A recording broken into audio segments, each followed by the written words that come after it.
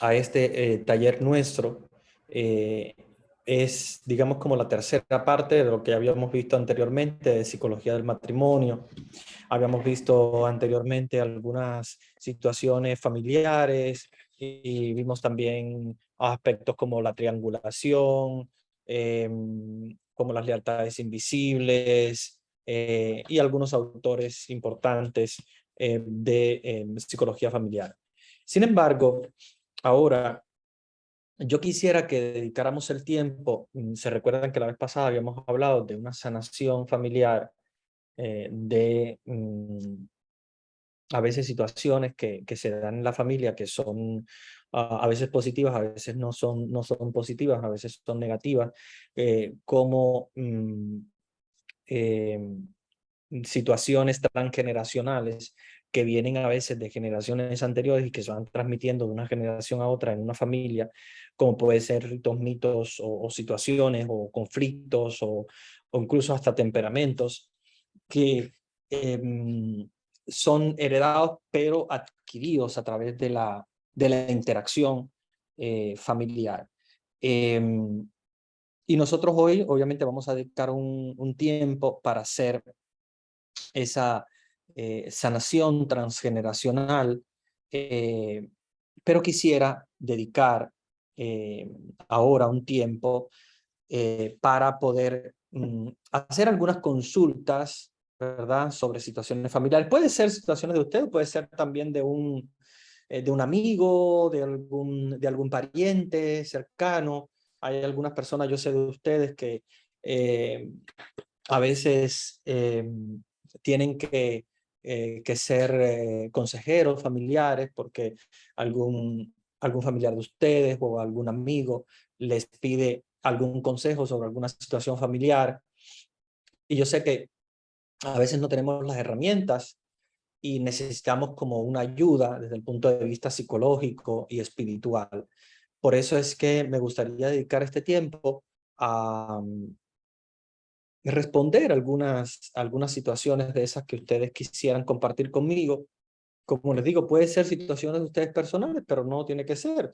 Pueden ser situaciones que hayan ustedes visto o que están viendo en, en sus amigos, sus familiares, alguna persona que conozcan, que les gustaría compartir. A veces en la iglesia nos toca dar consejería familiar, ¿verdad? Alguna persona que les comenta sobre alguna situación, mira hermano, hermana, tengo esta situación que me aconseja y a veces, ¿verdad? Les toca a ustedes como laicos ayudarles y apoyarles desde la palabra de Dios y desde la ciencia, lo mejor posible, ¿verdad? Para ayudar a estas personas. Entonces ustedes pueden compartir conmigo alguna de esas situaciones y yo les voy a tratar de ayudar lo más posible, iluminado por la ciencia, pero también, como ustedes saben, con, eh, con la espiritualidad. A veces pasa que en la iglesia eh, hay personas que buscan, por ejemplo, una ayuda psicológica de parte de un psicólogo, pero es un psicólogo que no es creyente, que no es cristiano, que no cree en Dios. Entonces es muy difícil compaginar la parte psicológica con la espiritual, porque es una persona que solamente conoce la parte psicológica, entonces se nos queda un poco cojo porque no tenemos la parte espiritual. O cuando vamos a una persona que es muy espiritual, pero no ha estudiado la psiquis humana, entonces se nos queda cojo por esa otra parte. Siempre es bueno tener esa doble reflexión para poder entonces encauzar mejor, digamos, el problema. O sea, una situación familiar que nosotros podemos darle una visión desde el punto de vista de la ciencia psicológica, del estudio de la psiquis humana, pero también apoyado desde la espiritualidad, desde la fe, entonces es mucho más eficaz, mucho más eficiente. Fíjense que yo les puedo decir que en mi experiencia como psicólogo, Y he trabajado obviamente en hospitales donde no hay personas creyentes, donde he tenido que también hacer, cuando tuve que hacer la pasantía, la práctica, como en la licenciatura, por ejemplo, y en el doctorado, me tocó hacer el internado y vi muchas personas que no eran creyentes y tuve que adaptarme a esa situación. Entonces es muy difícil porque la persona que viene con una situación psíquica y no tiene la parte espiritual, pues tienes que hacer todo lo posible para que esa persona se cure, para que esa persona esté bien desde el punto de vista psíquico, con la ciencia, pero no basta, no basta. Sientes como que se queda, como que le falta algo, como que no llega a la... Es como cuando, por ejemplo, vas al médico y te manda un medicamento, pero como que no logras terminar el ciclo, sino que haces 2 o 3 días o haces nada más la mitad, te tomas solamente la mitad de lo que te manda. Es más o menos así. O sea, no se llega a la totalidad de lo que debería, ¿verdad? Ser. Entonces, eso lo he experimentado cuando he tenido que hacer, ¿verdad? El internado, he tenido que apoyar también desde el punto de vista psicológico a personas que no son creyentes. Igual también me pasa cuando las personas vienen solamente por la parte espiritual, como por ejemplo las confesiones. Ahí no puedes hacer psicología porque obviamente viene una persona a confesarse y es solamente la parte espiritual.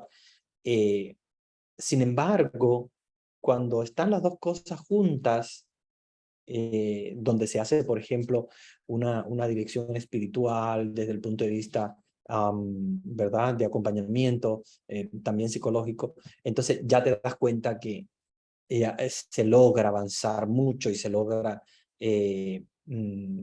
ayudar mucho más a la persona. Entonces, por eso les digo que es muy útil cuando enfocamos la ayuda desde las dos áreas. Y verdad, ustedes que están acá han venido no solamente para aprender a poner en práctica estas cosas con su propia familia, sino también a ayudar a otras personas. ¿Por qué no? ¿Por qué no? Si ustedes se encuentran a alguien que le dice, hermano, hermana, me gustaría, ¿verdad?, compartirte una situación que estoy viviendo, ¿sabes? Me siento muy mal o lo que sea de la familia, o no sé qué decisión tomar en mi familia. Entonces, le cuenta una situación a veces desesperante o difícil. Es bueno que ustedes tengan como la capacidad de hacer el discernimiento psíquico-espiritual, ¿verdad? Que sería lo ideal.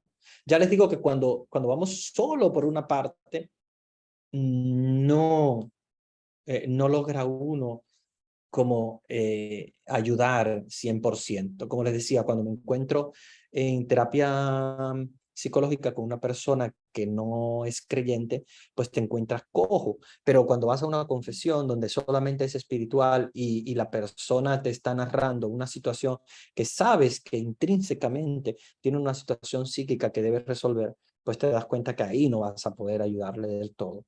Entonces, cuando ya, sin embargo, se unen las dos, ya hay mucho más, mucho más. Bueno, entonces, quiero empezar, como les decía,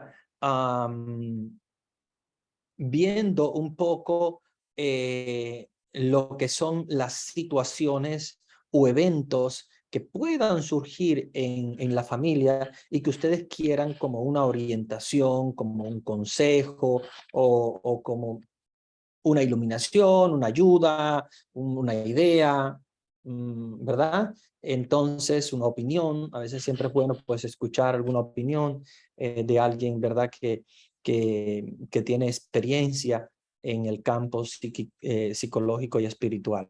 Por eso es que he abierto esta oportunidad ahora. Entonces, voy a darles la oportunidad que ustedes abran sus micrófonos. Vuelvo y repito, no tiene que ser una situación personal, porque hay algunos que dicen, no, pues yo tal vez personalmente no tengo una situación en la familia, pero sí me gustaría compartir la de un primo, la de un vecino, la de un amigo que está pasando por una situación y ustedes quisieran ayudarle, pero no saben si están haciendo lo correcto o si están recomendándole lo correcto. Entonces, ahí pues abrimos esta oportunidad para dialogar sobre cómo afrontar una consejería psicológica y espiritual con casos así. Bueno, voy a darles no sé si tienen la oportunidad de... Sí, ya están los micrófonos Sí, abiertos. lo tienen. Ah, ok. Gracias, Vanesita. Vanesita les ha dado la posibilidad eh, de reactivar sus micrófonos. Entonces, solamente les pido que el que reactive el micrófono y hable, pues ya después al terminar lo apague para no sentir, porque a veces se sienten sonidos en la casa o algo que pueda interrumpirnos. Pero bueno, pueden ya presentar eh, sus consultas, sus ideas, sus preguntas, sus dudas acerca de situaciones familiares. Buenas noches, padre. Buenas noches. En mi situación, ¿verdad? Antes de que no me acercaba yo a conocer a Dios, algunas veces le he comentado que en las otras clases que mi vida era bien difícil, ¿verdad? De muchas situaciones, bien difícil.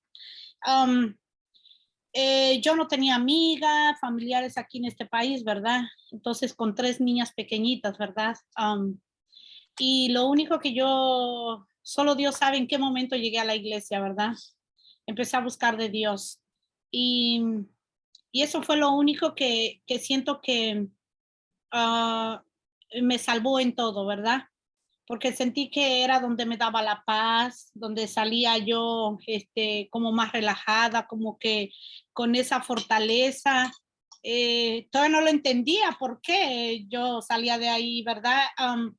Aparte de eso, antes de que tuviera ya las 3 niñas, yo perdí un bebé se me murió en el estómago de 5 meses y me mandaron a un psicólogo, ¿verdad? O diferentes lugares, pero en mi ignorancia yo no quise ir a ninguno, porque yo decía, ¿por qué voy a ir a un psicólogo? Como que eso no es para locos. Dije, yo no estoy loca, ¿por qué me van a mandar a un psicólogo?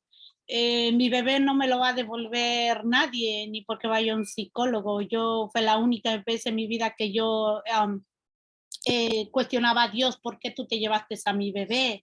¿Por qué me lo quitaste de 5 meses? Yo ya lo veía caminar tras de mi otra niña, la grandecita. Lo veía como un niño rubio, blanquito, que iba tras de mi niña y yo ya me imaginaba ese bebé, ¿verdad? Entonces, cuando se me murió, me volví loca porque no respiraba, no se escuchaba y tuve que esperar a que mi mismo cuerpo lo rechazara, ¿verdad? Entonces, fue bien difícil mi situación de mi diario vivir con mi esposo y las niñas y todo.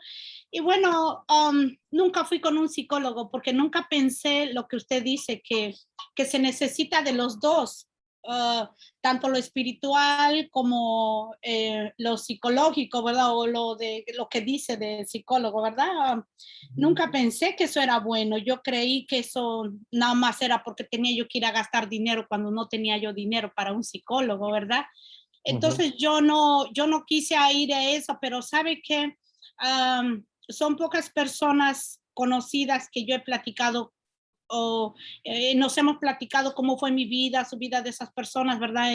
En la situación de tener el grupo del apostolado de la Virgen y empezar a hablar de nuestras vidas, ¿verdad? Entonces me dicen que eso es para locos lo que viví, cómo aguanté tanto, cómo pasé por tantas cosas, o sea, cómo fue posible que es como una película mi vida, ¿verdad? Y cómo es que yo nunca fui a un psicólogo. Entonces, yo lo único que digo es que mi refugio fue Dios. Mi refugio fue Dios siempre. Me agarré de la mano del Señor sin saber, sin conocer, pero sé que Él es el que nunca me dejó, nunca me abandonó, mamita María, porque después me llevó a un apostolado, no mucho tiempo tiene, pero eso me enamora más de la Virgen, ¿verdad? Más me lleva a conocer más a Dios, me llevó a conocer y buscar de saber de la Biblia, ¿verdad? Pero me di cuenta que mi pensar era que yo no necesitaba un psicólogo, porque estaba yo agarrado del poderoso, ¿verdad? Y entonces, que yo, mis visitas al Santísimo era lo que me aliviaba. Ve que hemos ido en las clases, hemos escuchado de eso, las visitas al Santísimo, todos los primeros viernes de cada mes, aparte de ir entre semana, ¿verdad? A ir a hablar ahí con el Señor. Entonces yo siento que todo eso me alivió, pero usted está diciendo que es como algo como cojo, que tiene que ser de uno y de otro, espiritual y del psicólogo. Y yo siento, pues, la verdad, hasta ahorita yo experimenté que lo que a mí me alivió siempre agarrarme de la mano del Señor sin saber. No me alejé de ahí, no me acerqué a amigas, a nadie. O sea, ahora conozco personas, pero porque me acerqué a la iglesia, más bien estoy en un apostolado con personas, pero si no, yo nunca nadie me visitaba, nunca visitaba yo a nadie, siempre nomás fue mis hijas y la iglesia, mis hijas ir a misa y ahí arrinconadita escuchando porque no estaba yo casado de la iglesia, me sentía yo la más pecadora, la peor que podía yo, o sea, que como que no tenía yo derecho a estar ahí al frente, ¿verdad? Todo eso. Pero el ir conociendo poco a poquito de Dios, eso me hizo, después ya estaba hasta la primera fila, aunque sea con mis 3 chiquitas, y les enseñé que hay que respetar a Dios, calladitas, sin tener celular, sin tener comidita para ellas, todo eso les enseñé. Y mis niñas, gracias a Dios, muy respetuosas a la casa de Dios, pero en pocos años, ¿verdad? Y mire, sentí que no me hizo falta un psicólogo, me fui aliviando Dios, la oración, todo lo que es de Dios, eso es lo que, pero ahora me doy cuenta, usted que dice que hay que ir y me voy a enfocar a saber qué es lo que hace un psicólogo. Y además de eso, tengo una pregunta para usted.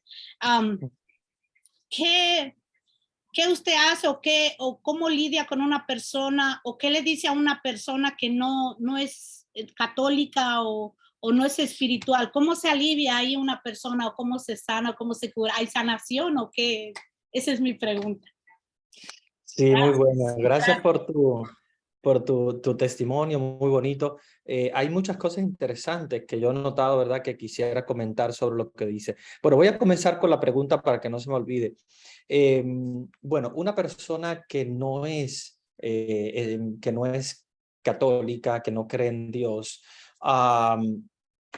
no quiere decir que no tenga algo de espiritual. Y aquí es donde yo generalmente siempre me trato de auxiliar. Claro, obviamente hay que respetar mucho a la persona. Hay personas que no tienen religión ninguna. Hay personas que tienen una religión que es diferente a la nuestra. Hay algunos que son evangélicos, pero otros que son judíos, otros que son budistas, o algunos que prácticamente no tienen ninguna religión, sino que son simplemente que creen que hay algo más allá, pero no pertenecen a ninguna religión ni creen en nada, ¿no? O sea, creen, pero creen solamente en que hay un Dios más allá, pero no son practicantes, no practican ningún tipo de religión. Entonces, lo importante es, al menos lo que yo hago siempre, es y bueno, muchos psicólogos también lo hacen, sobre todo los psicólogos que tienen algún tipo de religión, no solamente los católicos, sino también algunos psicólogos que son, por ejemplo, judíos o algo, logran tratar de descubrir dentro de la persona qué hay, al menos un pedacito de espiritualidad. Y espiritualidad no quiere decir que creen en Dios. Hay personas, por ejemplo, que hacen meditación, yoga, que por ejemplo yoga no es una religión, no creen en un Dios, no creen en el más allá, pero tienen una cierta espiritualidad. Es un poquito, pero es algo. Lo que quiere decir que ya por lo menos es un paso de avance. Por ejemplo, son personas que meditan, son personas que buscan una cierta relajación, una cierta tranquilidad a través de algún tipo de meditación, aunque no sean creyentes. Hay gente que sí, que puede meditar, no meditan en vidas de santos, en Dios o en algo más allá, pero meditan, por ejemplo, en su situación personal, en cómo va su vida. Entonces dedican como un tiempo que es más o menos parecido a la meditación oriental yoga, quitando, ¿verdad?, todo lo que es la parte en la parte religiosa, porque hay gente que son completamente ateos. Hay gente que no tiene nada en lo absoluto, ni siquiera hablando de meditación, ni siquiera podrían, entonces ya el trabajo es un poquito más difícil. Ya les digo, hay primero que escudriñar con la persona porque no se le puede violentar, no se le puede, ¿verdad?, imponer nada. Simplemente a la persona se le pregunta, no sé, ¿has frecuentado alguna iglesia de alguna manera o cuando eras pequeño o tal? ¿Has pensado en que hay alguien más allá? ¿Crees que hay alguien más allá? ¿Ha cambiado tu religión, verdad, de un tiempo para acá? O por ejemplo, de alguna manera, cuando estás en una situación muy difícil, ¿has pensado en algo más allá? O sea, en algo espiritual. Entonces, hay personas que te responden, sí, sí he pensado, no creo mucho, o sí, sí creo, pero no he ido nunca a ninguna iglesia, o sí, sí iba cuando era pequeño, pero ya no creo. Entonces, dependiendo de la respuesta que te des, ya tú puedes ir escudriñando un poquito más adentro. Si la persona tal vez te dice que no cree, entonces tal vez tú puedes decir, pero bueno, ¿crees en lo que es la parte espiritual del hombre? O sea, que el ser humano tiene una parte espiritual, o sea, un alma que más allá de que no creas en Dios o que no creas en el más allá, sabes que dentro de ti hay una parte espiritual que obviamente sería la parte psíquica.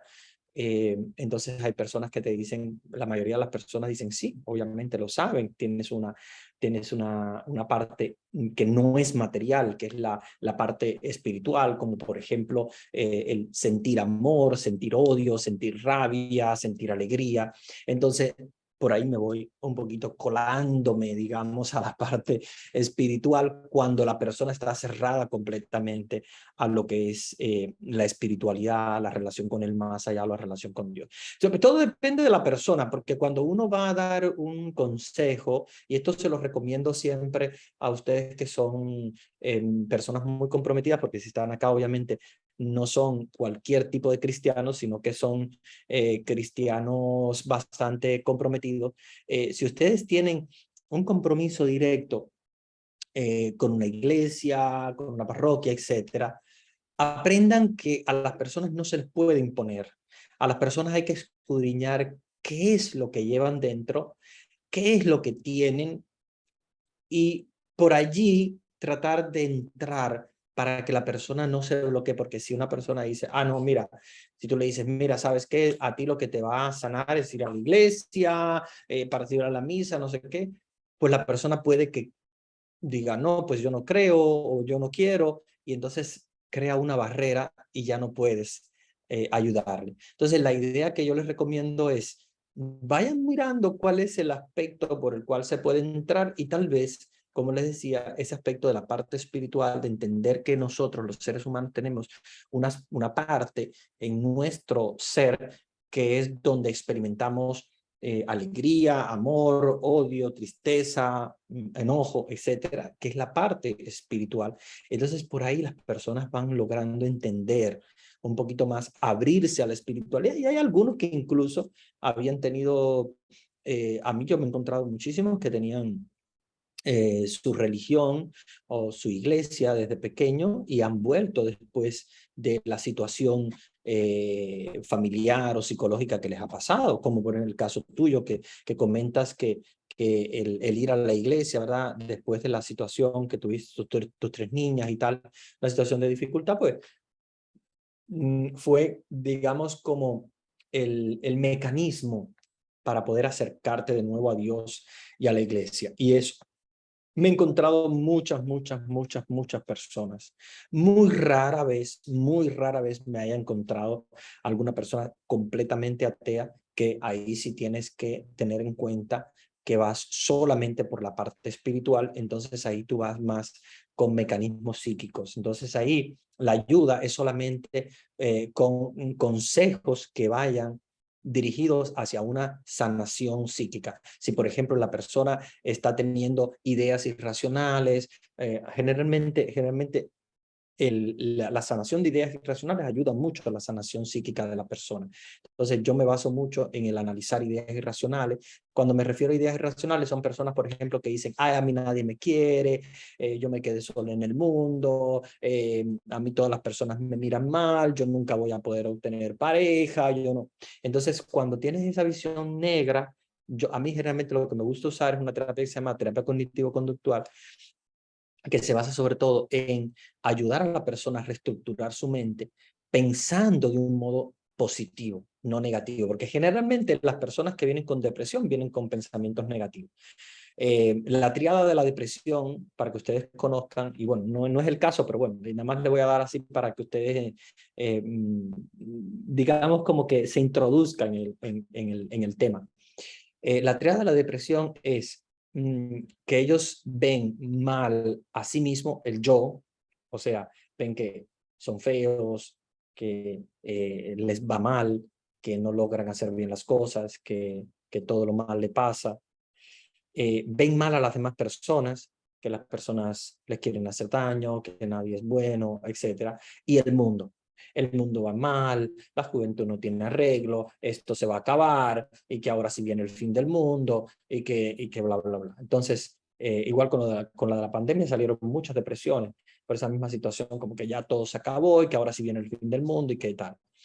Esa triada, cuando se da esa triada, como les decía, se llama la triada de la depresión, porque es cuando ves mal en ti, en los demás y en el mundo.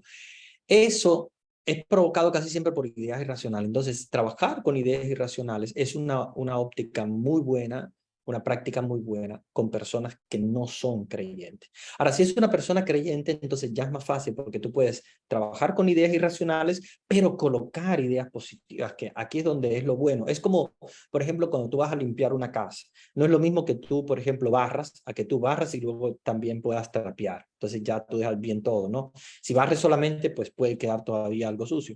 Asimismo pasa con la terapia psicológica, ¿verdad? Yo voy con la terapia psicológica, voy con ideas irracionales, voy trabajando las ideas irracionales, voy trabajando a la persona para ayudarla a pensar positivo, pero a la vez también coloco, si la persona acepta, entonces ya las cápsulas espirituales, lo que es la meditación, lo que es, por ejemplo, el encuentro con Dios, los pensamientos positivos y la reflexión. Entonces, con eso trato de ayudar a la persona, sea, como les decía, no solo a barrer la casa, sino también a limpiarla. Y ahí entonces podemos ayudar a que la persona se libere de la depresión. No es una situación fácil, a veces la depresión es endógena, o sea, a veces está basada en situaciones hormonales, por lo tanto muchas veces hay personas que necesitan también de terapia farmacológica, o sea, necesitan medicamentos, pero yo he tenido casos cuando los trabajaba, lamentablemente ahora mismo no estoy en el trabajo clínico 100%, pero cuando tenía la oportunidad del trabajo clínico, he visto personas, incluso tuve un caso en Nueva York con un joven que había tomado antidepresivos por muchísimos años, muchísimo tiempo. Y logramos con terapia liberarlo del antidepresivo. El trabajo fue bastante grande porque fue un trabajo espiritual y psicológico. Tuve también un caso de trastorno por pánico, o sea, ataques de pánico, y también logramos que se liberara de esa situación. No es una situación fácil porque acuérdense que también depende de los cambios en el cerebro que se dan, que son de neurotransmisores, por lo tanto hay muchas veces depresiones endógenas que no son debidas a situaciones de la vida, que hayas pasado por una situación difícil, sino también debido a, una, mm, a un desequilibrio en neurotransmisores en el cerebro. Por eso les digo que no es una situación compleja, pero es bonita porque puedes ayudar a la persona, siempre claro de la mano con el psiquiatra, que es el que decide al final si debe suspender el medicamento o no, pero cuando la terapia está muy bien focalizada y obviamente no es una depresión demasiado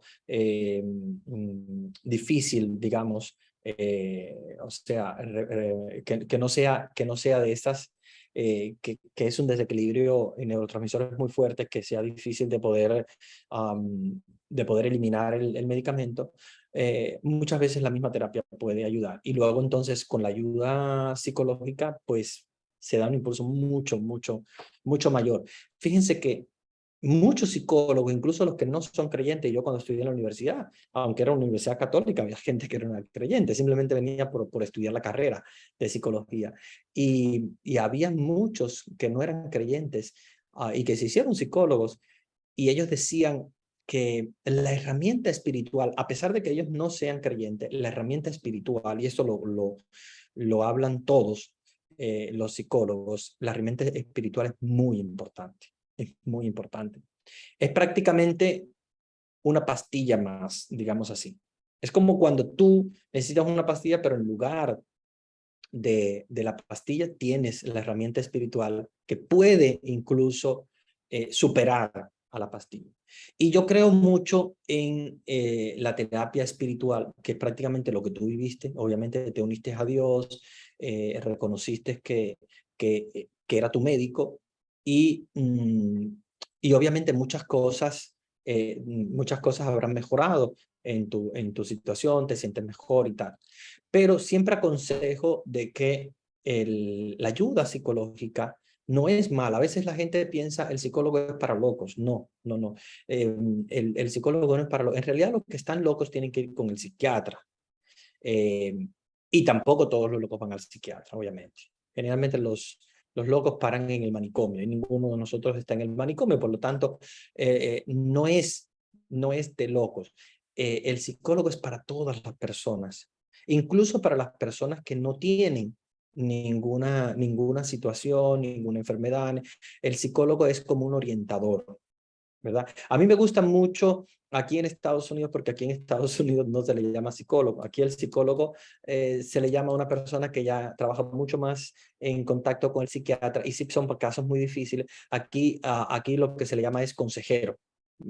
Aquí se le llama, en Estados Unidos se llama Mental Health Counselor, que quiere decir consejero de salud mental. Entonces, ese debería ser el nombre, porque en realidad el psicólogo es un consejero que te ayuda con la salud mental, pero es un consejero. Y un consejero lo debemos tener todos. Incluso, ya les digo que cuando yo estudié la carrera, todos nosotros, sin tener ninguna situación, pasábamos por terapia. Y todos nosotros teníamos que tener un psicólogo que nos ayudara, porque obviamente nadie puede ayudarse a sí mismo. Tienes que tener una persona de fuera que te pueda decir, por ejemplo, cuando hay una idea irracional que tienes, cuando hay una situación, por ejemplo, donde te estás equivocando, tú no te das cuenta, tú solo. Entonces necesitas otra persona. O sea, tú tuviste tu sanación porque entraste a la iglesia y Dios te dio eso. Pero la parte psicológica siempre es bueno. Yo sé que a veces es difícil porque obviamente cuesta mucho dinero y tal, pero el psicólogo es un amigo que te puede ayudar muchísimo a ver cosas que tú mismo no ves. Por ejemplo, hay situaciones que uno es inconsciente. Ustedes saben que existe el inconsciente, ¿verdad?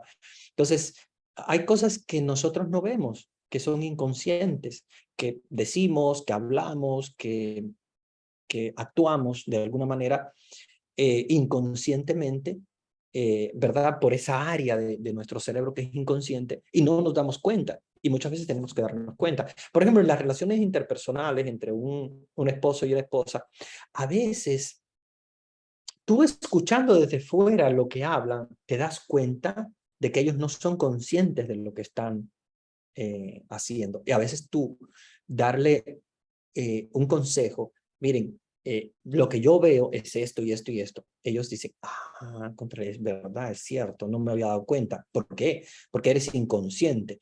Tal vez en las relaciones interpersonales no te das cuenta porque tu inconsciente está actuando en ese momento, cuando hablas, cuando actúas, cuando piensas, etc. Entonces, siempre es bueno tener un profesional de salud mental, como les decía, aquí le llaman consejero, me gusta mucho esa palabra, porque es un consejero que te ayuda desde fuera y te da un consejo que te ayuda mucho en situaciones inconscientes. Imagínense, la misma depresión a veces son situaciones inconscientes. Tú no te das cuenta, ¿verdad? Y son ideas a veces irracionales que hay en tu mente que son las que provocan el estado de ánimo negativo. ¿Ya? Entonces, nunca piensen que el psicólogo es para locos o el psicólogo no es para mí. El psicólogo es para todos, para todos, para todos. Además, no tienes que tener un problema mental para ir a un psicólogo.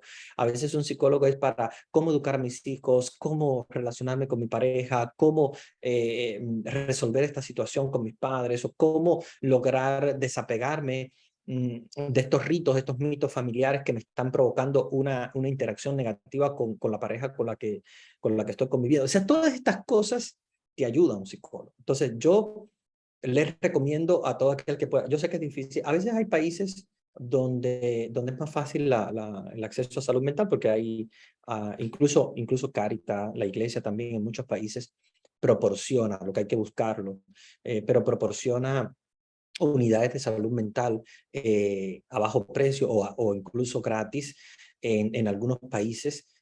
Ustedes pueden buscarlo. Generalmente cuando son de la iglesia o cuando son del gobierno que dan ayudas, se pueden buscar y a veces hay algunos muy buenos. Incluso yo me he encontrado algunos que yo he tenido que orientar como pasantes, o sea, que están haciendo la pasantía, que son apenas nuevecitos, y son muy buenos porque son muy buenos consejeros y tienen muy buena capacidad de terapia. De hecho, me tocó en la República Dominicana, en el hospital infantil, me tocó guiar a los recién graduados y yo era también prácticamente casi recién graduado, pero bueno, tenía más experiencia y me tocó darles seguimiento y algunos son muy buenos y es gratis, ¿no? Porque era un hospital público, por lo tanto no se pagaba nada, absolutamente nada, o tal vez pagarían mínimo, o sea, nada prácticamente, algo simbólico que les pedían, pero cuando son así del gobierno, cuando son de la iglesia, que son de ayudas, se puede conseguir. Entonces siempre es bueno consultar, escuchar, porque hay mecanismos inconscientes que muchas veces destruyen relaciones familiares, de pareja, y hay que buscar ayuda, buscar ayuda. Nunca piensen que están 100%. Aparte que, como decía Freud, no hay nadie 100% sano mentalmente. Freud decía, todos tenemos una locura, decía Freud. O sea, todos tenemos una deficiencia mental, porque nadie es perfecto. Todos tenemos una deficiencia mental. Freud decía, algunos son un poco más depresivos, otros son más obsesivos, otros son más ansiosos, pero todos tenemos obviamente nuestras condiciones, porque somos seres humanos, nuestras condiciones psíquicas. Por lo tanto, todos necesitamos revisar nuestro inconsciente, revisar nuestra mente, nuestra psiquis. Y claro, obviamente, si tienes también la herramienta espiritual, genial.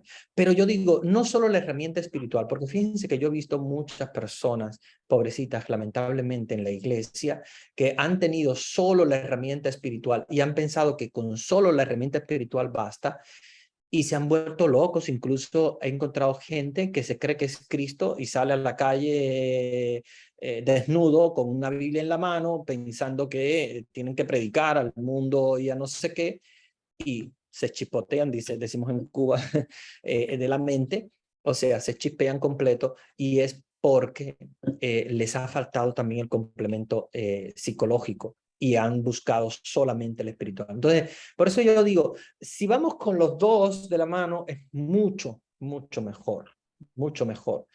Vamos a tener las dos herramientas. Es como si nosotros, por ejemplo, como les decía, de la casa tenemos una escoba, pero tenemos también el trapeador, entonces nos va a quedar mucho más limpia que si tuviéramos solamente una. Entonces, piénsenlo así de esa manera. Claro, no siempre es posible obtenerlo. Yo sé lo que ustedes dicen en lo del costo, en nuestros países de América Latina es dificilísimo, pero siempre, siempre hay lugar, incluso, por ejemplo, en países como México, creo, y Estados Unidos, sí, no hay ni siquiera que ir. Hay teléfono, el teléfono azul. Creo que República Dominicana ya lo instauró en la universidad donde yo estudié, le estoy hablando de hace más de 10, 15 años atrás. no más, casi 20 años atrás, ya existía el teléfono azul en la universidad, donde nosotros nos turnábamos 24 horas, estaba siempre uno pendiente del teléfono, de personas, por ejemplo, que tienen situaciones que quieren conversar con un consejero y pueden tener acceso a eso. Yo sé que en algunos países hay, no, ni siquiera hay que moverse de la casa, a veces simplemente obtener el teléfono en el país donde se encuentran y poder entonces tener una pequeña charla. Ya eso ayuda muchísimo, muchísimo. Se los digo que ayuda bastante, porque sí, espiritualmente es una ayuda grande, pero no a todas las personas les funciona, porque hay personas que necesitan también curar aspectos inconscientes, y si no lo curan, puede volverse después en una situación un poco más crónica, más difícil. Y Padre, buenas noches. sí, Quería preguntar o aportar y preguntar. sí. La diferencia entre el psicólogo y el psiquiatra es que el psicólogo no puede, digamos, recetar, formular, mientras que el psiquiatra sí. Y lo otro que quería pues, aportar era que es tan importante el psicólogo en nuestras vidas, pero yo siempre aconsejo buscar psicólogos que sean católicos. Tengo una experiencia de una hija que se separó y la psicóloga común y corriente, una psicóloga muy buena, muy prestante, le dijo, bueno, si él le puso los cuernos, entonces usted también haga lo mismo y listo. Esa fue la pequeña solución. Y descubrimos después buscando de que hay mucho psicólogo católico creyente que a partir de ciertas pautas ayudan mucho a esa sanación interior, porque la mayoría siempre están unidos a una iglesia, entonces se pone de acuerdo el sacerdote a apoyarlo espiritualmente, y está el psicólogo que es el que nos ayuda mentalmente. Es que tenemos un miedo a la palabra psicólogo y psiquiatra. Todos tenemos, y comenzando por mí, de asistir al psicólogo para poder estar normales frente aún en estas circunstancias. Aquí en Colombia se utiliza mucho el teléfono de la escucha. Son muchos los lugares a raíz de la pandemia y de tanto suicidio de jóvenes, por tantas situaciones que vivieron, y en este momento a raíz de la pandemia se desarrollaron una cantidad de enfermedades psicológicas impresionantes por presión, ya sea de los padres, del colegio, de tantas cosas. Entonces yo os invito a todas las personas que no tengamos miedo, que busquemos el psicólogo. Y el psiquiatra es tan importante cuando tenemos que nos falta algún líquido en el cerebro o en el cuerpo que nos esté dando. Nos dice, venga, tómese eso. Y no es que nos vuelva bobos. Es como cuando los niños tienen el problema de que son hiperactivos. El niño que no se le atiende su hiperactividad con medicamentos a tiempo, con el tiempo no tienen disciplina, no conocen la orden, no conocen las normas, y no es porque sean malos.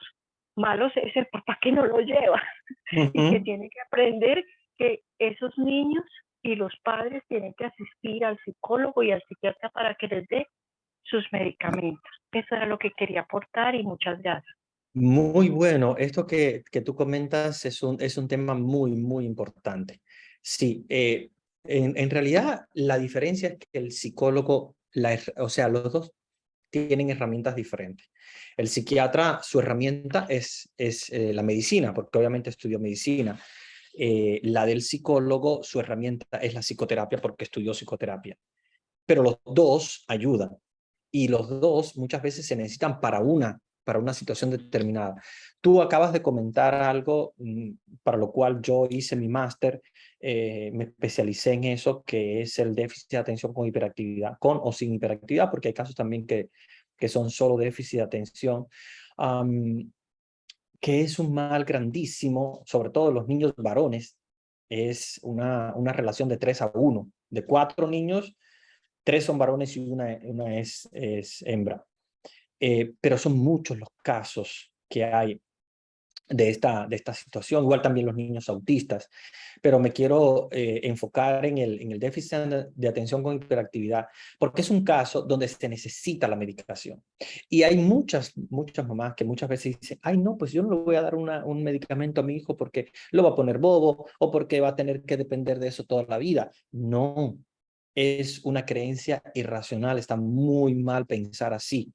Eh, el medicamento que se utiliza para el déficit de atención e hiperactividad, que por ejemplo ahora mismo es de última generación, de los mejores, no solamente ayuda al niño en la concentración y a disminuir la hiperactividad en el aula, sino que previene, oigan bien, que esto es muy importante que lo tengan en cuenta, previene que el niño en un futuro, y estos son estudios que se han hecho, previene que el niño en un futuro consuma droga. ¿Por qué? Porque el niño con déficit de atención e hiperactividad tiene deficiencia, sobre todo en el lóbulo prefrontal, deficiencias obviamente en neurotransmisores, que el medicamento puede ayudar a equilibrarlo. Si no lo equilibras, el niño va a necesitar con ansia, ¿verdad? Esa sustancia, y luego, si no se lleva bien un tratamiento en la infancia, en la adolescencia, podría muy fácilmente ser un adolescente drogadicto, porque Padre, no se le dio en su momento el medicamento que necesitaba. padre, ¿Sí? doy el testimonio de lo que usted está diciendo. Eso es muy cierto porque lo vivimos con un nieto. Le decían que se volvía bobo, que se volvía la creencia que teníamos de nuestros padres. Por falta de cultura no se hizo a tiempo. Y fue peor después porque poderlo sacar de una drogadicción, de una serie de mentiras y todo lo que conlleva todo esto. Un muchacho sano llegó a ese término. Yo sí, por favor, recurran porque es muy triste ver a un ser amado en esa situación, a sabiendas que se hubiera podido hacer, pero uno es terco, piensa, como dice usted, Pablo, es que uno que lo emboban. Yo quisiera que todos los niños estuvieran bobos para que cuando estuvieran en su adolescencia estuvieran bien. Gracias. Muy bien, y eso es muy importante porque es bueno que ustedes se den cuenta de que el medicamento no es como pensaban nuestros abuelos antes, que creaban adicción, porque el problema es que los primeros medicamentos que salieron fueron los ansiolíticos, que sí crean adicción. Si tú, por ejemplo, me dices, ah, no, padre, pues a mí me recetaron diazepam, ahí yo te digo, no, pues sí, trata de no abusar mucho, trata de evitarlo, y si puedes no tomarlo, no lo tomes. ¿Por qué? Porque las benzodiazepinas, que son el diazepam, el lorazepam, el medazepam, todos esos terminados en pan, sí pueden crear hábito, sí te da adicción, sí tienes que cada vez tomar más y más y más porque ya después no te hace efecto. Y sí, es un poquito feo como medicamento. A mí no me gusta para nada y de hecho los mismos psiquiatras lo saben. A veces lo medican porque obviamente no tienen otra alternativa, porque no tienen otra. Pero hay medicamentos que no son benzodiazepinas y que nosotros a veces consideramos que son iguales y no son iguales. Por ejemplo, los antidepresivos no crean adicción. No crean adicción cuando son mal administrados. Tal vez si son mal administrados, pero no es una... no, si yo he trabajado con pacientes míos que han tomado antidepresivos, incluso por 3 y 6 meses, y después han dejado de tomarlo tranquilamente porque ya se ha logrado equilibrar los neurotransmisores en el cerebro y no han necesitado absolutamente de nuevos antidepresivos. Los antidepresivos, a mí me gusta mucho. O sea, cuando escucho que alguien está tomando sobre todo los más modernos, que incluso son muy buenos, genial, perfecto, perfecto, me parece súper bien. Incluso para algunos pacientes, ya obviamente estoy hablando de pacientes un poquito más graves, que por ejemplo, los trastornos por ejemplo, la bipolaridad, los bipolares. A veces los bipolares con síntomas psicóticos, que es muy fuerte, no se usa ni siquiera medicación, sino que se usa el electroshock.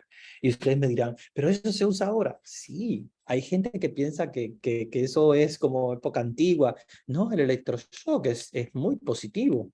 Es muy positivo el electroshock, porque no es lo que uno piensa, no es que le meten corriente, son voltajes muy bajitos y es provocar como una especie de mini epilepsia en el cerebro. Es como cuando ustedes tienen la computadora que no funciona, que no va adelante, y tú como que tienes ya que resetearla. Entonces, eso es lo que hace en el cerebro el electroshock. El que lo sabe hacer, obviamente, son personas que se dedican a eso, son anestesistas, porque obviamente esto no debe ser doloroso para la persona. Suministran anestesia y prácticamente no se siente, y le administran un voltaje muy pequeño y es apenas unos segundos, y es muy bueno para personas que tienen, como les decía, bipolaridad con síntomas psicóticos muy fuertes, que no tienen absolutamente posibilidad con medicamentos. Y a veces es mejor que un medicamento. Les digo por experiencia que he encontrado en algunos pacientes míos. Entonces, no hay que estar con ese miedo. Hay que conocer bien, obviamente, eso y orientarse, ¿verdad? Pero el antidepresivo, el antipsicótico, este mismo del déficit de atención con hiperactividad que se usa, ¿verdad? La Concerta, que es el metilfenidato, son muy buenos, incluso te provocan que en el futuro, tengas un niño más normal, porque de lo contrario, la enfermedad es como cuando no le das el medicamento, está enfermo, tiene fiebre, no le das medicamento, no le das antibiótico, no le das nada, pues, ¿qué va a pasar? Pues el niño va a crear un problema crónico. Entonces es bueno atender esta situación. Entonces no tengan miedo al medicamento. Miedo, ya les digo, solamente para mí entender, o sea, por mi experiencia, que es bastante larga, pero ha sido siempre lo que sí he tenido un poquito más de temor a mis pacientes, es las benzodiazepinas, que generalmente se usan para tranquilizar a la persona y para hacerla dormir. Mejor utilizar un antidepresivo o utilizar algún otro tipo de medicamento. Hay medicamentos también naturales, hay medicamentos naturales, y yo sé que hay psiquiatras que también lo usan. Yo también uso, como no puedo recetar, puedo usar también medicamentos naturales, y me ha funcionado bastante bien. En muchos casos, medicamentos naturales han sido eficaces, pero hay personas que no, porque tal vez las situaciones son un poquito más difíciles, entonces ya sí se recurre entonces al fármaco, sin miedo al fármaco, porque de hecho hay fármacos que son sumamente buenos, y basta con tomarlos un tiempecito y ya luego se puede dejar de tomar. Tengo algunas preguntas sumamente interesantes que son mensajes directos a mí. Ustedes no lo ven en el chat, pero yo sí lo voy a compartir para dar la respuesta. Obviamente no voy a decir el nombre porque son mensajes directos a mí, son anónimos, pero para que escuchemos la situación y podamos escuchar también la respuesta. Para mi padre es bien difícil la situación que estoy pasando con mi esposo al perder la espiritualidad, pero deseo de corazón que reciba terapia psicológica. Mi esposo dejó de creer en Dios y siento que después de eso le han pasado muchas cosas y yo quiero ayudarlo, porque yo digo que él tiene que sanar sus heridas. Él ahora mismo se siente en un abismo. El domingo lo invité a misa y me dijo que Dios no lo va a querer en la iglesia por blasfemar contra él. Yo creo que sería bueno que tú trabajaras las dos cosas, porque ya yo veo que él está teniendo una creencia irracional. Obviamente él se está sintiendo como una especie de vergüenza delante de Dios. Entonces, no lo lleves así como obligado, porque él tal vez dice, Dios no me va a querer en la iglesia y tal. Él sabe que Dios sí lo va a querer. Obviamente Dios quiere a todo el mundo, a pesar de que hayas blasfemado contra él o lo que sea. Dios siempre quiere un corazón arrepentido, y siempre acepta un corazón arrepentido. Es muy bueno que él lo sepa, pero no lo obligues. Si él, por ejemplo, te acepta al menos orar en la casa, ya es algo de espiritualidad que tú estás haciendo con él juntos, y es un punto importante. Pero sí es bueno que si necesita terapia psicológica, busquen la terapia psicológica. Si es alguna institución de la iglesia, algunas clínicas de la iglesia o tal, que pueden encontrar algún psicólogo sacerdote o que pueden encontrar algún psicólogo creyente, pues mejor todavía, porque así pueden darle terapia psicológica, sobre todo para que él se libere de esa creencia irracional de que Dios no lo va a querer o de que él por haber blasfemado se ha perdido completamente la amistad con Dios, para que él vuelva a conectar de nuevo con Dios y volver de nuevo a reconectar con la espiritualidad. Pero si no te acepta ir a la iglesia porque es reticente, dice, no voy, no, entonces hacer algo al menos en casa, alguna oración o algo, como para que él vaya retomando esa amistad con Dios y él pueda decidir volver de nuevo a misa. Y la terapia psicológica sí es muy importante, sobre todo también porque ustedes dos tienen que revisar también su relación, cómo va, y todo esto es importante para reestructurar la vida familiar. Entonces, sí te aconsejo también terapia psicológica, pero ojalá pueda ser una terapia psicológica, como decía la hermana anterior, ¿verdad? El caso que hablaba de su hija, que la psicóloga que no era creyente, pues le dijo, pues si te pego los cuernos, tú pégaselos a él. Generalmente los psicólogos que no son creyentes les falta la parte de la espiritualidad, entonces ven el divorcio como una cosa normal, pues ya, si no te funcionó, pues listo. Entonces es bueno ir con un psicólogo creyente porque siempre va a buscar salvar la relación. Entonces, si la relación se puede salvar, intentemos salvar. Hay veces que no es posible. A mí me ha pasado con algunos matrimonios que ha sido imposible salvarlo porque lamentablemente de parte de uno de los dos hay una fuerza muy grande interna de no querer continuar con la relación. Entonces, por más que quieras, si hay alguien que no está decidido a caminar, tú no puedes empujarlo ni puedes arrastrarlo.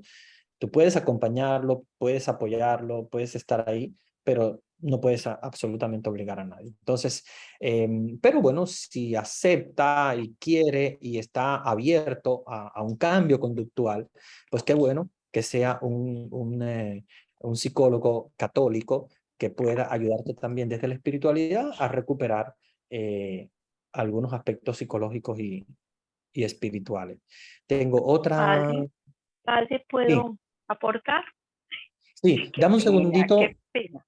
dame un segundito solamente para responder a este mensaje del chat que tengo pendiente y te doy entonces la palabra a ti.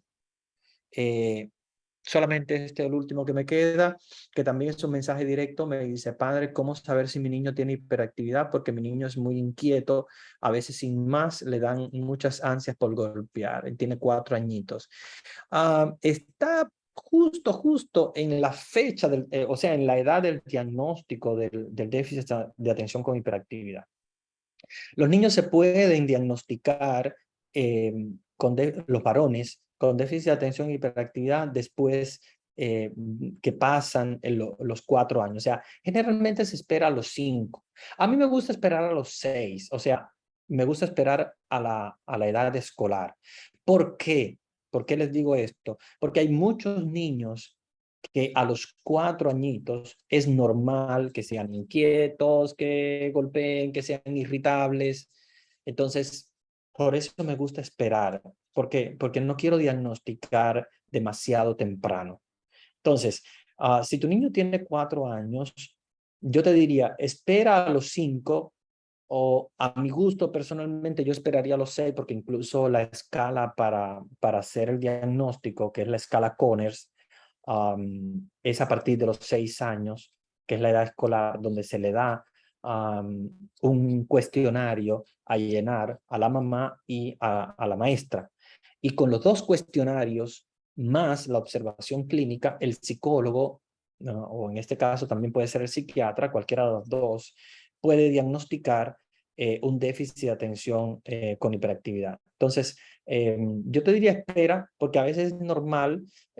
Si tú quieres, pues puedes ayudar al niño con alguna terapia conductual, como por ejemplo, no hacerle caso cuando está haciendo eso, porque a veces lo hacen para llamar la atención.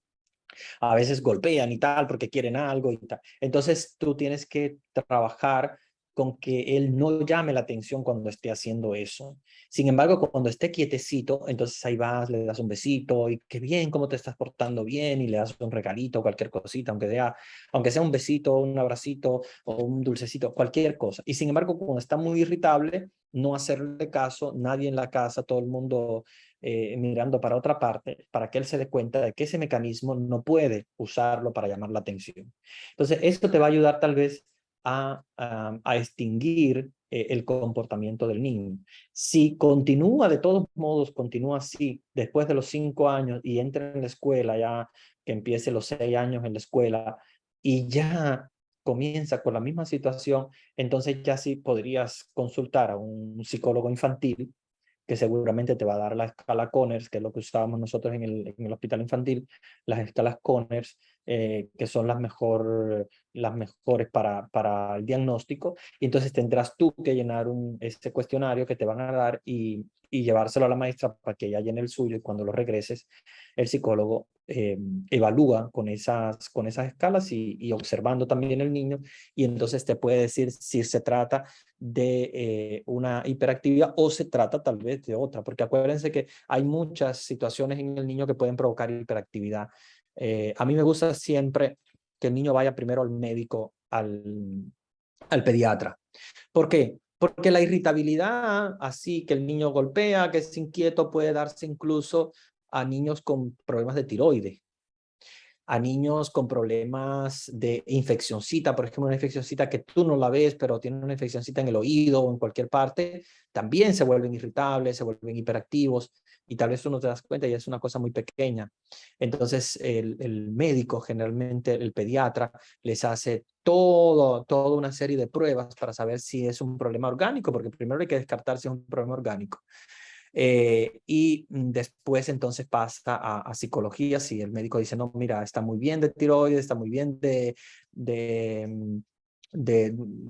hormonal, está muy bien no tiene infección de ningún tipo, pues no sabemos de qué se trata la hiperactividad, entonces puede ser un mecanismo psicológico, entonces ahí donde vas al psicólogo y ya se hace el diagnóstico. Luego el diagnóstico no es siempre de hiperactividad, a veces son niños irritables hiperactivos, pero tienen otras situaciones, a veces hay que analizar si hay un síndrome de Asperger, si hay, no sé, una situación, por ejemplo, emocional, a veces hay niños, por ejemplo, hiperactivos, pero son en realidad una depresión o una ansiedad, hay muchas cosas que el psicólogo tiene que mirar. Pero primero yo diría esperar, porque es chiquitito y es normal que los chiquititos, sobre todo los varones, les pase eso a los 4 años, 3 añitos, 4 años normal. Entonces, si a los 5 continúa y tú ves que ya va a entrar en los 6 y está así, entonces comentarle al pediatra, el pediatra va a hacer sus análisis y si en los análisis todo sale bien, entonces él referirá a psiquiatría o a psicología, dependiendo de lo que él piense. Y entonces te lo referiría. Y luego, siguiendo con la misma línea, en el chat me dice una de las hermanas que mi nieto es inquieto y no habla bien, tiene 5 años. Si no habla bien, yo sí te diría que entonces ya fueras directo. Yo siempre mando siempre al pediatra para analizar que no haya algún problema físico, o sea, que observe si tal vez tiene algún problema en frenillo, en la lengua o algún problema. Si él no nota ningún problema físico, entonces te lo va a mandar al psicólogo. Generalmente el psicólogo especializado en habla es el logopeda para analizar problemas de hiperactividad con problemas del habla. Hay que analizar bien si no se trata de un síndrome de Asperger, pero eso lo tiene que ver el psiquiatra o el psicólogo que lo atiende. Si es simplemente un trastorno del habla, que eso es normal también en los niños de 5 años, pues nada, simplemente se le da la terapia del habla. Aquí en Estados Unidos se hace muchísimo, a veces exagerado. Yo creo que hay algunos que no necesitan y se lo dan, a veces exagerado, pero en otros países también hay muchos especialistas en habla, los logopedas, y y se ayuda mucho, pero esto sí hay que atenderlo rápido, porque cuando ya pasan, después 6, 7 añitos, ya es muy difícil corregir un problema de habla o un problema del aprendizaje. Cuando hay algún niño que tú ves que tiene dificultades en aprender, tiene dificultades al hablar, es rápido. ¿Por qué? Porque el cerebro de ellos a esta edad es muy fácil poder manejarlo, lo que se llama la neuroplasticidad. Entonces tú puedes rápido ayudar al niño a que aprenda a hablar bien o que aprenda ¿verdad? A aprender mejor. Entonces, eso sí, yo te diría lo antes posible porque estas situaciones del habla se pueden corregir con tiempo. Cuando pasa el tiempo, después de los 8 años, ya es imposible casi. O sea, puedes hacer algo, pero no vas a lograr el objetivo que puedes lograr ahora, antes de los 8 años, que está prácticamente el niño, digamos, abierto, su cerebrito abierto a una terapia para poder ayudarlo. Ellos le hacen una terapia muy buena con un lápiz en la boca, soplar, etc. O sea, para fortalecer los músculos del habla y logran hablar bastante bien. Digamos, hay algunos que tienen sus frenillos, sus cosas ya naturales, pero bueno, la mayoría recupera bastante bien o sea, logra adquirir muy bien el habla. Sí, hermana, que ibas a intervenir. Ay, gracias, padre. No, Gloria. simplemente quería decirle a la persona o a la señora que dice que el esposo está renuente, la táctica de la música católica, así no sea que la ponga duro, pero de a poquitos. Hay una cantidad de, digamos, de predicaciones católicas que nos hablan de esos temas. Y uno no necesita mucho hablar, sino escuchar uno, así sea bajito, y puede que a esa otra persona le llame la atención, haciéndose loco. Claro, Y, sí, también es un mecanismo, claro. Claro, es un mecanismo. Hay personas que, por ejemplo, ponen música. Claro, hay que ver bien si esta situación no pueda crear una especie de rechazo, porque a veces hay personas que le pones música cristiana y en lugar de aceptar o algo, entonces viene ajá, como rechazo. Entonces hay que ver, si tú ves que acepta, si tú ves que le gusta o aunque sea bajito, que tú la tienes ahí y la comparten juntos, pues es un mecanismo que va llegando poco a poco. Si tú ves que dice, paga eso, yo no, entonces ahí sí no es bueno obligar, porque entonces se provoca un rechazo que después entonces es peor. Es lo que pasa con los adolescentes. A veces los adolescentes obligan a ir a la iglesia, crean un rechazo que nunca más en su vida quieren ir. Cuando hay algunos que simplemente se les deja y se les va tratando con cariño, etcétera, pues logran ir con mayor gusto. padre, ¿nos puede hablar sobre el bullying en los niños que afecta tanto a las familias Sí. y la sexualidad también? Muchas gracias. Sí, claro, claro, muy bien. Qué bueno este tema porque es un tema muy, muy delicado, pero a la vez también es muy importante, es muy importante. Sí, mira, el bullying ahora ha crecido mucho más que antes, porque el bullying antes era solamente eh, digamos, presencial, cuando había un niño que era muy gordito o un niño que, no sé, que tenía algunas características especiales o alguna niña o algo, y los otros se burlaban de él cuando iba a la escuela. Ahora no, porque ahora hay más bullying, porque incluso se hace bullying a través de las redes sociales, que tal vez a un niño en las redes sociales le empiezan a decir cosas, le empiezan a inventar nombres o le empiezan a decir, a criticar de alguna manera o a burlarse de él. Eh, yo digo siempre, los padres tienen siempre que tener en cuenta las características de los niños. Por ejemplo, si hay algún niño que tú ves que no habla, se encuentra triste, algunos, por ejemplo, se orinan en la cama, eh, que no quiere comer, que se enferma muy frecuentemente, algún niño que está muy irritado, que cualquier cosa que le dicen lo toma mal, etcétera. Tomen todas estas cosas como un síntoma. Es como el niño que llega de la escuela con fiebre. Si llega a la escuela con fiebre, tú no lo vas a dejar ahí tirado en la cama. Tú vas a llevarlo al médico y vas a ver qué es lo que pasa. Lo mismo. Cuando llega con estos síntomas psicológicos, es bueno siempre averiguar qué está pasando.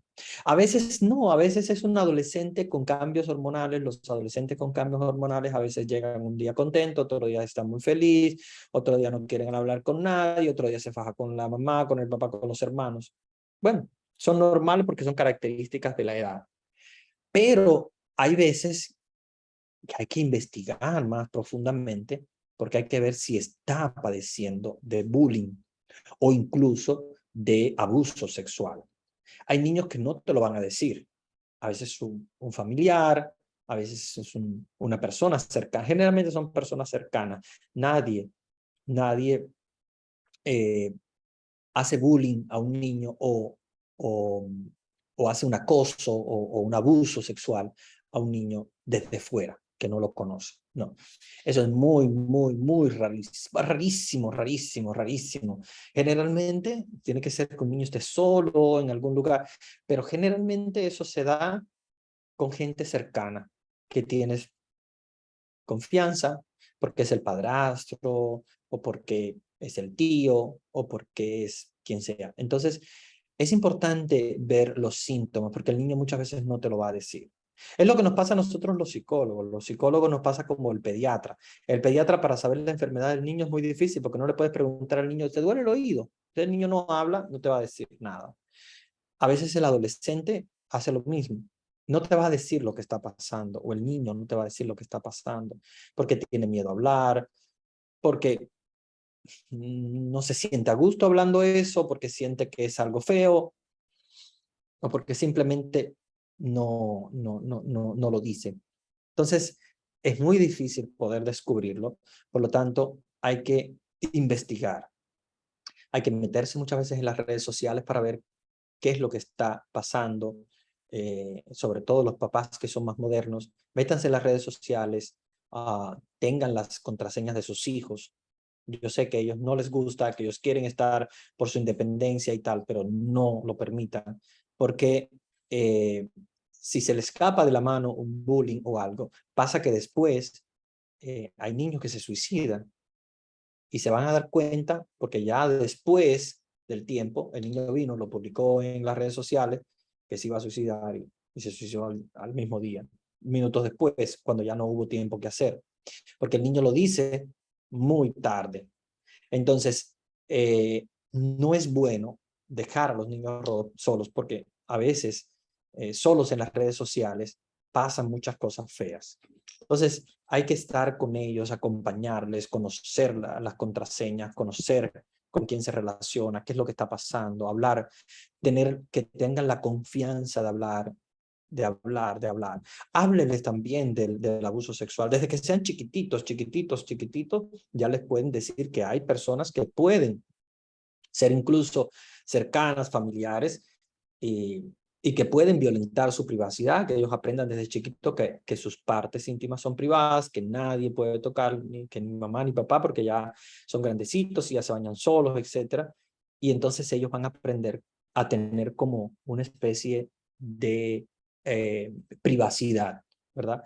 Entonces, esta privacidad es importante para que ellos, para prevenir, ¿verdad? Pero también si ustedes ven que hay algo que está pasando, traten de acudir rápido a un psicólogo que pueda ayudarle al niño. A veces no le dice todo al papá, pero por ejemplo, en mi caso personal como psicólogo, a mí me gusta utilizar el dibujo y a veces el niño dibujando te dice muchas cosas que no te dice hablando.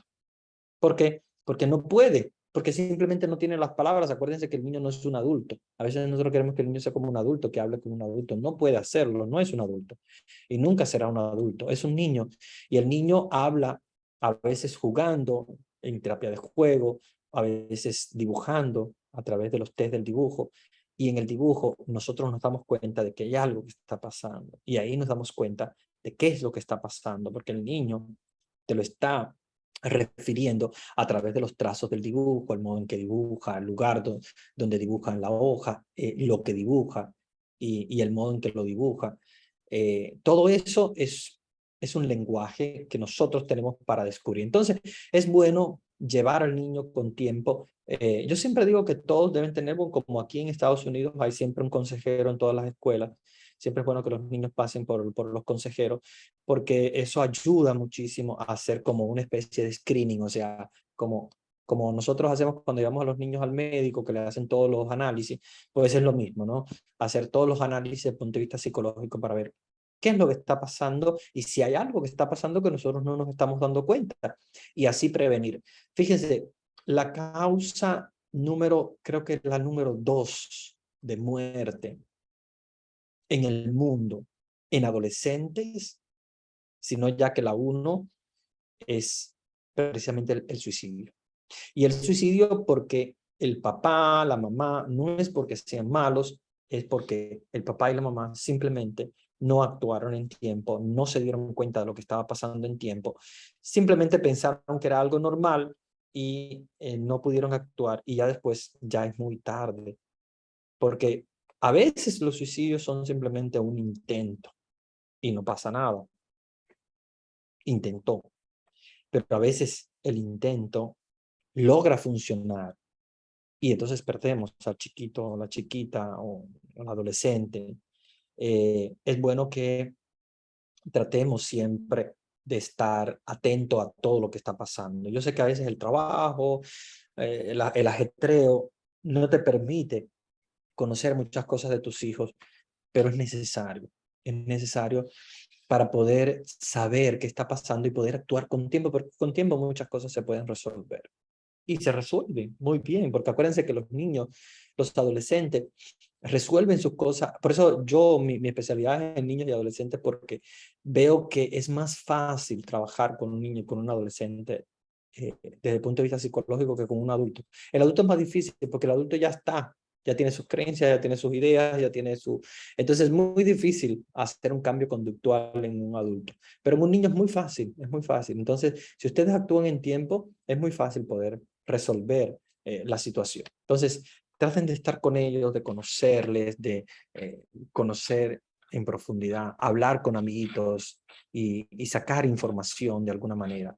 Y si ustedes ven que hay algo que no les están diciendo a ustedes, pero que pueden decírselo a un psicólogo a través de alguna herramienta, como les decía, como el dibujo, háganlo, porque van a obtener mucha información que puede ayudar al niño para no lamentar en un futuro situaciones bien feas, como por ejemplo, les comentaba, el suicidio o una enfermedad crónica que pues ya no tiene arreglo. ¿Cómo darse cuenta cuando un niño es abusado sexualmente? No es fácil, porque no hay un síntoma claro. Yo digo que la primera herramienta que ustedes tienen es hablarles de sexualidad desde que son pequeñitos. O sea, decirles cómo funciona la sexualidad, o sea, que los niños no vienen de la, como dicen, de la cigüeña, hablarles de sexualidad para que ellos sepan, ¿verdad? Estén preparados y sobre todo, desde chiquititos, cuando ya empezamos a ponerle el chorcito o la faldita a la niña, etcétera, saber que hay una barrera y entonces ayudarlos a ellos a prevenir. O sea, hablarles. A veces hay gente que tiene miedo, como dice, pues si le voy a hablar de esto, el niño va a interesarse en eso. No, eso es mentira. El niño se interesa cuando tiene, obviamente, un instinto de punto de vista hormonal, y eso sucede ya después de los 12, 13 años, o las niñas tal vez un poquito antes, pero no sucede en la infancia. En la infancia simplemente el conocimiento ayuda al niño a crear esa barrera entre él y el predador, en este caso. Entonces hay que orientarles.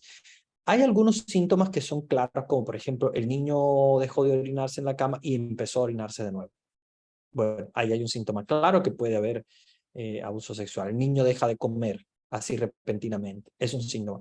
Pero ya les digo, no es un síntoma muy claro. ¿Por qué? Porque es como la fiebre. Te da fiebre y tú dices, ¿qué enfermedad tiene? Bueno, yo sé que tiene fiebre, pero no sé qué es lo que está produciendo la fiebre. Es lo mismo que pasa con los síntomas psicológicos. Sí, dejó de comer, está triste, pero no sabemos. Porque puede ser un abuso sexual, pero puede ser simplemente que está pasando por un momento de tristeza, o puede ser mil cosas. Puede ser hasta incluso una situación estomacal, mil cosas pueden ser. Entonces, hay que investigar. Entonces, nunca pensar, no, mi niño nunca va a ser abusado sexualmente. ¿Por qué? Porque yo lo dejo con personas de confianza. No, porque acuérdense que las personas de confianza son los predadores sexuales.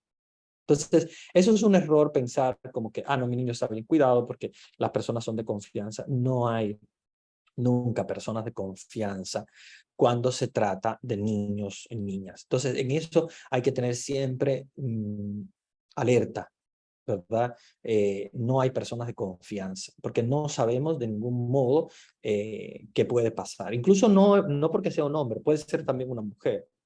Bueno, por ejemplo, en Italia pasó una noticia, no sé si la escucharon hace poco, de una maestra que quedó embarazada de su estudiante, que apenas tenía 12, 13 años. Y también se trata de un abuso sexual, aunque uno piense que no se da de una mujer hacia un hombre, hacia un niño o a un adolescente. No, sí se puede dar, sí se puede dar, sí se puede dar, y de hecho se ha dado. Entonces, no estemos tan confiados cuando las cosas pueden pasar, lamentablemente. Hay que estar siempre atentos, hay que saber bien, y los síntomas, ya les digo que no son siempre muy claros. A mí me gusta siempre utilizar el lenguaje, o sea, hablarle a los niños, a las niñas, mira, esto puede pasar, ¿alguna vez te ha pasado? ¿Alguien lo ha hecho? Puede pasar, puede ser que un niño lo diga de otro niño. Eso no es un abuso sexual. Por ejemplo, hay veces que sucede en la escuela que un niño tocó a una niña o viceversa, son chiquititos. No, eso no es abuso sexual, eso es simplemente exploración.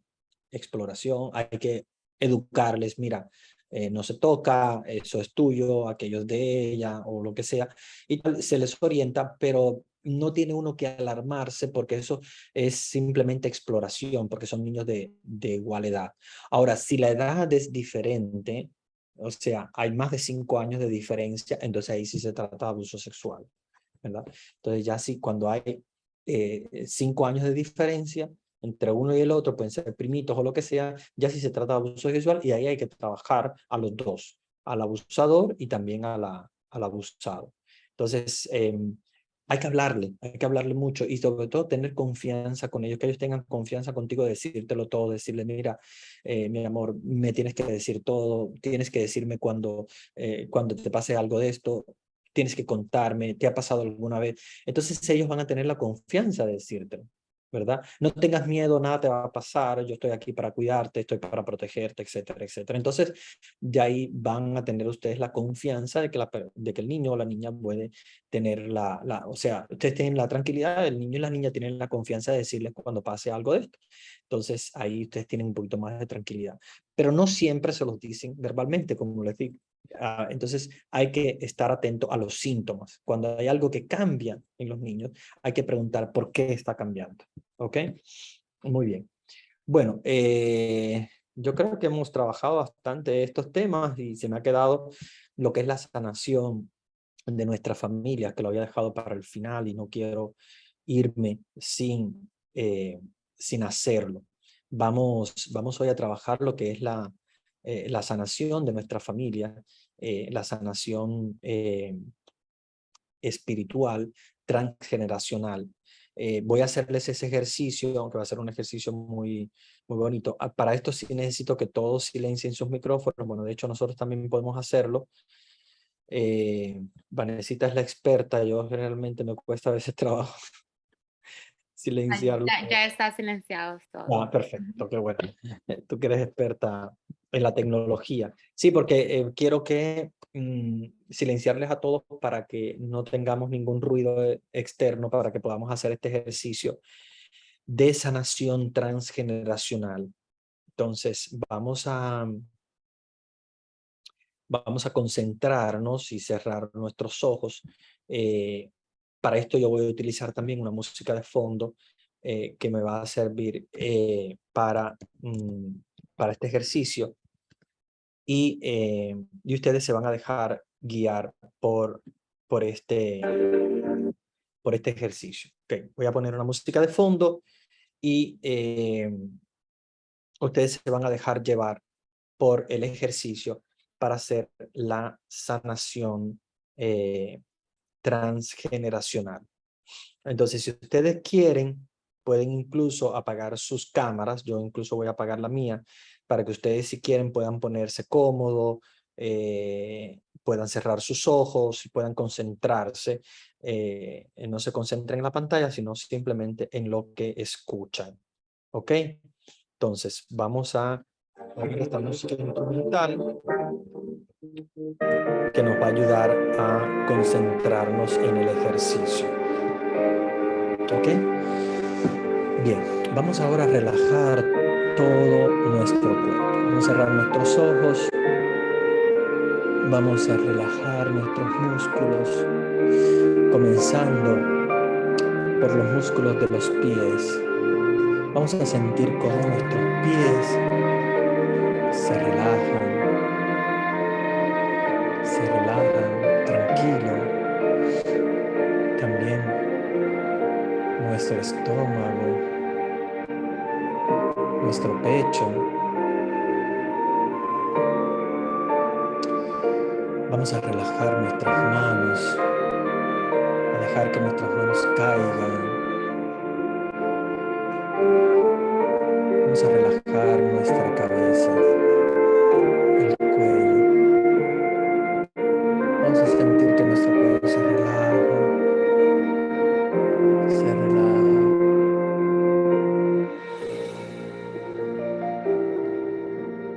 El cuello relajado.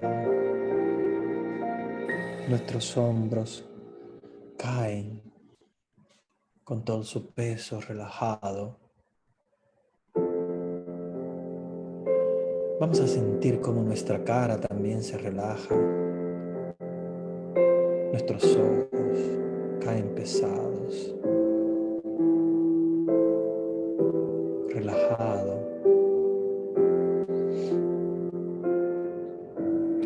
Vamos a relajar todo nuestro cuerpo.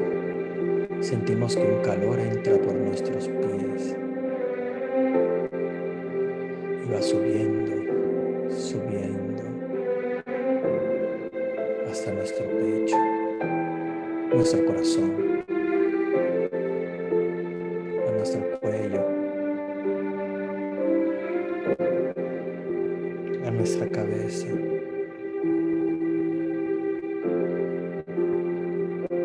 Y sentimos como ese calor va llegando a todas las partes de nuestro cuerpo. Y nos sentimos bien relajados, bien relajados. Y asimismo, vamos a sentir que el Espíritu de Dios entra como un fuego a nuestro corazón, a todas las partes de nuestro cuerpo. Entra también en nuestra mente, en nuestro corazón y a todas las células de nuestro cuerpo.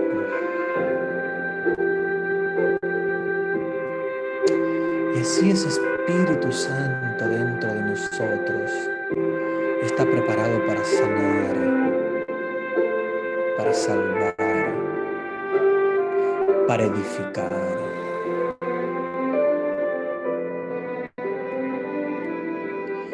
Vamos a pedirle a ese Espíritu Santo que sane todas esas enfermedades transgeneracionales que en nuestras familias fueron heredando de generación en generación, que rompa las ataduras del machismo, que rompa las ataduras de la depresión, de la prostitución, de la droga, del alcoholismo, de las ansiedades, de los pleitos, los enojos, rompa todas aquellas lealtades a situaciones negativas que tenemos en nuestra mente y que se refieren a nuestros padres, a nuestros abuelos, a los bisabuelos, a los tatarabuelos y a todas las generaciones atrás de nosotros. Hoy declaramos sanidad psicológica y hoy declaramos que rompemos todo tipo de atadura, todo tipo de malformaciones en nuestra psiquis y en nuestra mente, todo tipo de enfermedad. Declaramos sanidad por el Espíritu Santo a todo aquello que nuestro corazón y nuestra mente han querido atarse, aquello que es consciente y aquello que es inconsciente. Deja ahora que el Espíritu Santo entre en tu inconsciente y libere de tu inconsciente todas las ataduras del mal, del pecado, toda enfermedad psíquica, toda enfermedad espiritual. Entra, Espíritu Santo, en nuestros inconscientes. Abre tu inconsciente al Espíritu Santo. No te resistas. Abre tu inconsciente. Y deja que el Espíritu Santo entre dentro de tu inconsciente. Deja que entre profundamente y rompa todo aquello que no pertenece a Dios. Vamos a dejar que el Espíritu Santo sea el sanador de todas esas ataduras, de todas esas lealtades al mal, al pecado, a la enfermedad, a la desgracia psicológica que nos ha hecho muchas veces enojar, que nos ha hecho muchas veces separar, que nos ha hecho muchas veces luchar unos contra los otros dentro de la misma familia. Sana nuestra familia, Espíritu Santo. Entra dentro de cada uno de nuestros familiares. Rompe las ataduras del mal, rompe el pecado. Entra, Espíritu Santo, sé el dueño tú. Sé tú el padrón. Entra con fuerza dentro de cada uno de nuestros familiares, los antepasados, incluso los difuntos, los presentes y los futuros. Tú los conoces todos. Entra profundamente y sana. Envía ese Espíritu Santo con la fortaleza de tu corazón a todos tus familiares, a todos los que llevas en tu mente y en tu corazón, aquellos que conociste y aquellos que no conociste. A todos esos, el Espíritu Santo los conoce muy bien. Y a todos ellos, Él va a sanar.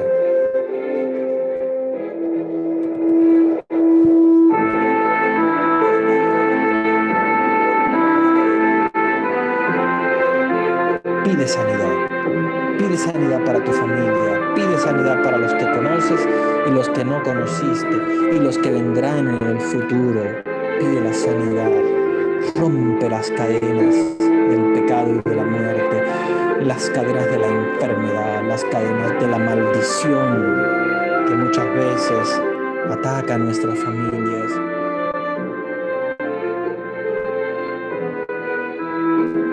El Espíritu Santo está reparando. El Espíritu Santo está sanando. El Espíritu Santo te está devolviendo la paz a tu corazón y al corazón de todos tus familiares.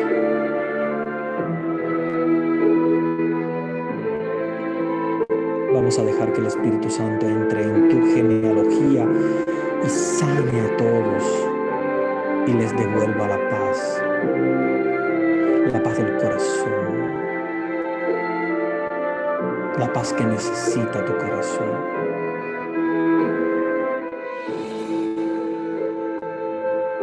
Escucha al Espíritu Santo que sopla un viento de paz,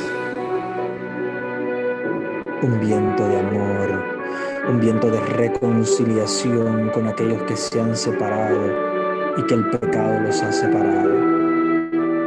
Un viento de reconciliación hacia todas las personas que amamos y que queremos ver unidas. Rompe todas las cadenas que se han creado de generación en generación y que nos han provocado la enfermedad, la muerte, el desánimo, el pleito, las divisiones. Sopla Espíritu Santo, entra y sé tú el dueño. Sé tú el padrón. Y ofrécenos la paz que tanto nuestro corazón necesita hoy. Armonía, paz te pedimos. Armonía, amor, fraternidad, paz. Rompe las ataduras de la muerte y del pecado. Rompe la desunión. Y te ofrecemos nuestro corazón y nuestras familias para que entres en la paz de nuestros corazones, sanados por tu presencia, Espíritu Santo. No te vayas de allí. Quédate como dueño y Señor de nuestras familias. Quédate como dueño y Señor de todos aquellos familiares y amigos nuestros que tenemos en nuestro corazón y no queremos perder. Queremos entregarlo y consagrarlos a ti. Consagrarnos toda nuestra familia a ti, Espíritu Santo, sanador. Espíritu Santo, que reconfortas, que construyes, que llenas de paz. Amén.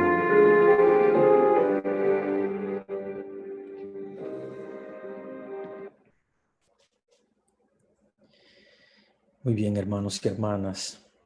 Vamos a abrir lentamente nuestros ojos. Y no vamos a perder esa paz que hemos recibido de este ejercicio. Poco a poco abrimos nuestros ojos. Y no perdamos esa paz. La paz de haber hecho este ejercicio de sanidad familiar. Muy bien, hermanos y hermanas, yo voy a darles la bendición en esa paz del corazón que el Espíritu Santo les ha dado. El Señor esté con ustedes. Y con tu espíritu. Y la bendición de Dios Todopoderoso, Padre, Hijo y Espíritu Santo, descienda sobre ustedes y permanezca para siempre. Amén. Amén.